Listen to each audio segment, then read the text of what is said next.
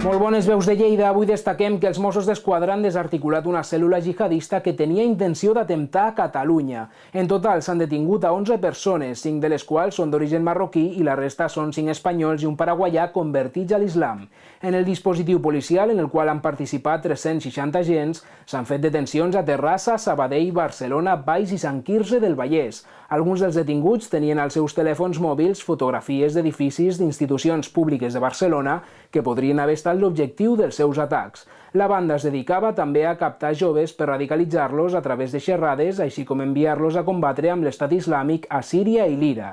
Els detinguts en aquesta operació estarien relacionats amb els 3 joves detinguts el desembre passat a Bulgària, quan es disposaven a arribar a Síria per tal d'integrar-se a l'organització terrorista de l'Estat Islàmic.